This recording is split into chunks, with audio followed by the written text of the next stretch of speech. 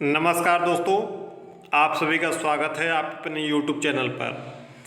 यदि आप रज्जू भैया विश्वविद्यालय के 3 और 4 अगस्त को आयोजित होने वाले CET यानी कि कॉमन एंट्रेंस टेस्ट प्रवेश परीक्षा में बैठने वाले हैं, यदि आपने फॉर्म भरा है, आपको तैयारी कैसे करनी चाहिए इस वीडियो में आपको यह बताएंगे। कट ऑफ कितनी जाएगी यह आप अभी डिसाइड नहीं कर सकते हैं। यह डिपेंड करता है कि फॉर्म कितने पड़े हैं आपके पाठ्यक्रम में सीट कितनी है। यदि सीट कम होंगी तो उम्मीद है कि मैक्सिमम कट ऑफ जाएगी। सीट ज़्यादा होगी और फॉर्म कम पड़े होंगे तो लगभग सभी का हो जाएगा। यदि आप किसी भी वनडे एग्ज़ाम की तैयारी पहले से ही कर रहे हैं तो आपको प्रवेश परीक्षा के लिए बहुत ज़्यादा तैयारी करने की ज़रूरत नहीं है। यदि आप नए कैंडिडेट हैं, अभी 12th पास करके आए हैं, तो आपको थोड़ा सा समझना पड़ेगा, तो इस विषय में आपको बताएंगे। डिस्क्रिप्शन बॉक्स में आपको प्लेलिस्ट मिल जाएगी रज्जू भैया विश्वविद्यालय की 2024-25 सत्र की। उस वीडियो को आप देख लीजिएगा, उसमें जितने भी वीडियो हैं। यदि आपने फॉर्म वगैरह नहीं भरा है, कैसे प्रवेश परीक्षा किस किस पाठ्यक्रमों की होगी या कैसे ऑनलाइन आवेदन करना है, उन सब के बारे में पूरा डिटेल से है। इस वीडियो में हम केवल पाठ्यक्रम पर चर्चा करेंगे और कहाँ से आपको पढ़ना है। मेरिट के लिए आप परीक्षा देकर आएंगे, 1-2 दिन बाद रिजल्ट आ जाएगा, तो बहुत ज़्यादा उसमें सोचना विचारना नहीं है, ठीक है। तो आप देखते हैं, पहले इसको प्रवेश परीक्षा को आपको 4 ग्रुप में बांटा गया है। Group A, group B, group C, group D. अब आप अपना ग्रुप पहले देखेंगे, फिर आपके ग्रुप के हिसाब से आपका परीक्षा का जो लेवल होगा वह आएगा। जैसे यदि आपने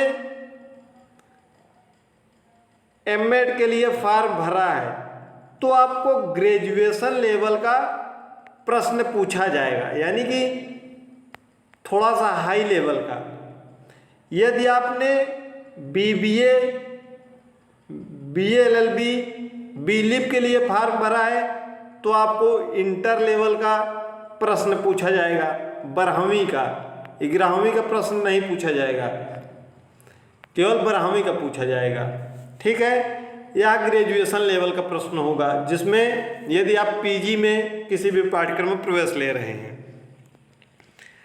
तो इसमें पहले देख लेते हैं। ग्रुप ए में एमएड है, एमपीएड है, एमलिब है, एलएलएम है, बीपीएड है। ग्रुप बी में एमसीए है, एमएससी एजी का जितना भी पाठ्यक्रम है यह है। Horticulture, agronomy, soil science, genetic, plant breeding, agriculture, economics, agriculture extension. Group C में आपका बीबीए है, बीएलएलबी है, बीलिब है। यह सभी प्रोग्राम 12वीं के बाद है, यानी कि आपको पूरा परीक्षा इसमें 12वीं लेवल का पूछा जाएगा। और ये ऊपर वाले जितने हैं सब ग्रेजुएशन स्तर के प्रश्न रहेंगे। ग्रुप सी में है बीबीए, बीएलएलबी, बीलिब। ग्रुप डी में है एमटेक डुअल डिग्री एआई और डाटा साइंस में, बीसीए है, बीफार्मा है, बीएससी एजी है, बीएससी बायोटेक है।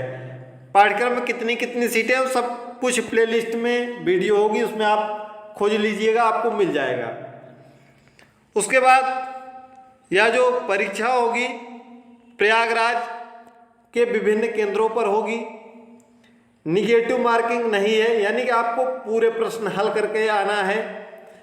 परीक्षा आपकी ऑफलाइन मोड पर होगी, यानी कि पेन पेपर पर, ठीक है। इतनी बातें स्पष्ट हो गई हैं। अब हम देखते हैं कि इसमें सब कुछ लिखा हुआ है कि जो यह मल्टीपल चॉइस क्वेश्चन आएंगे वह कैसे रहेंगे। जिसका ग्रुप ए में है उसमें 100 प्रश्न आएंगे 120 मिनट के। हर सेक्शन में 100 प्रश्न रहेंगे कुल और 120 मिनट, यानी कि 2 घंटे का पेपर रहेगा। नकारात्मक अंक नहीं है। जो ग्रुप ए में होगा वह quantitative ability, data interpretation, reasoning, English language and comprehension और जनरल अवेयरनेस होगा। फिर अभी हम बात करते हैं कि आपको पढ़ना कहाँ से है। ग्रुप बी के लिए 100 प्रश्न होंगे। इसमें जो ग्रुप ए में ये 5 सेक्शन होंगे, सब सेक्शन से 20-20 प्रश्न होंगे। ठीक है, 20 प्रश्न क्वांटिटेटिव एबिलिटी से, डाटा इंटरप्रिटेशन से 20 प्रश्न, 20 प्रश्न रीजनिंग से, 20 प्रश्न इंग्लिश लैंग्वेज कंप्रिहेंशन से, 20 प्रश्न जी जनरल अवेयरनेस से। ग्रुप बी में आपका 10 प्रश्न इंग्लिश लैंग्वेज रहेगा। ठीक है, 30 प्रश्न आपका फिजिक्स, केमिस्ट्री, मैथ रहेगा। यहाँ ध्यान दीजिएगा कि ग्रुप बी में यदि आपने ग्रुप बी में एमएससी और बीएससी या बी फार्मा है तो आपको इंग्लिश, फिजिक्स, केमिस्ट्री, मैथ या बायोलॉजी करना है। जैसे आप वहाँ पर सेलेक्ट किए होंगे बी फार्मा के लिए, आपको बायोलॉजी करना है। ठीक है, वहाँ पर आपने फॉर्म भरते वक्त सिलेक्ट किया होगा।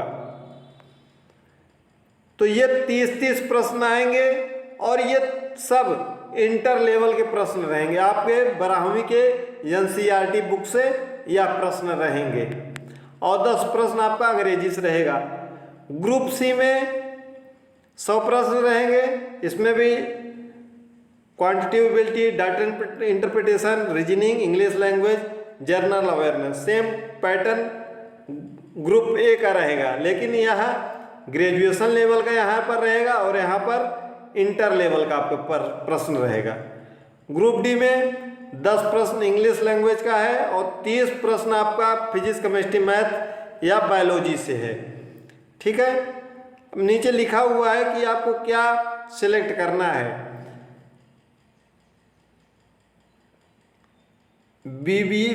एमसीए और बीसीए है तो आपको फिजिक्स, केमिस्ट्री और मैथ करना होगा, बायो नहीं करना है।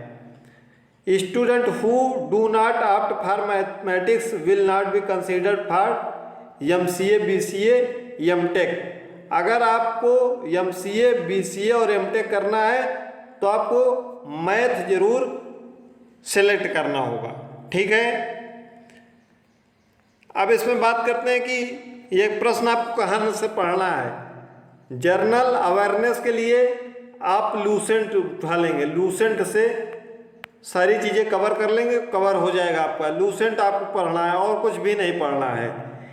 इंग्लिश लैंग्वेज कंप्रिहेंशन के लिए भी आप लूसेंट आती है इंग्लिश की भी, तो उसका भी उपयोग कर सकते हैं। और ये कंप्रिहेंशन है, ज़्यादा आपको पैसेज पूछकर उसी से प्रश्न पूछे जाएंगे तो आप उसको अच्छे से अगर पढ़ लेंगे, उसका अर्थ निकाल लेंगे तो आप वहाँ पर प्रश्न को हल कर लेंगे। रीजनिंग है, ग्रेजुएशन लेवल की यदि है तो एसएससी की जो भी बुक्स हैं एसएससी की रीजनिंग की, ग्रेजुएशन लेवल के लिए ग्रेजुएशन लेवल की रीजनिंग पढ़िएगा, इंटर लेवल के लिए इंटर लेवल की रीजनिंग पढ़िएगा। डाटा इंटरप्रिटेशन यानी कि जिसको डीआई बोलते हैं, यहाँ से भी प्रश्न आएंगे। एसएससी की बुक से भी इसको भी कवर कर सकते हैं आप। डीआई को ग्रेजुएशन लेवल है तो ग्रेजुएशन का, इंटर है तो इंटर लेवल का। अब बात करते हैं क्वांटिटेटिव एबिलिटी की।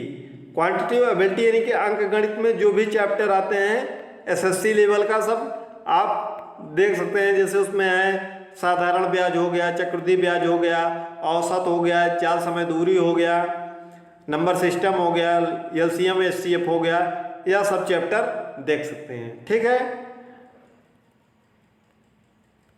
और कोई भी डाउट होगा तो कमेंट बॉक्स में कमेंट करिएगा। पूरा प्लेलिस्ट डिस्क्रिप्शन बॉक्स में पड़ा हुआ है, एक एक करके देख लीजिएगा। बहुत ज़्यादा इसमें ये कोई बहुत बड़ी परीक्षा नहीं है, आराम से हो जाएगा। प्रश्न आपको हर प्रश्न करना है क्योंकि नकारात्मक अंक नहीं है, बाकी आपका कहीं ना कहीं प्रवेश हो जाएगा।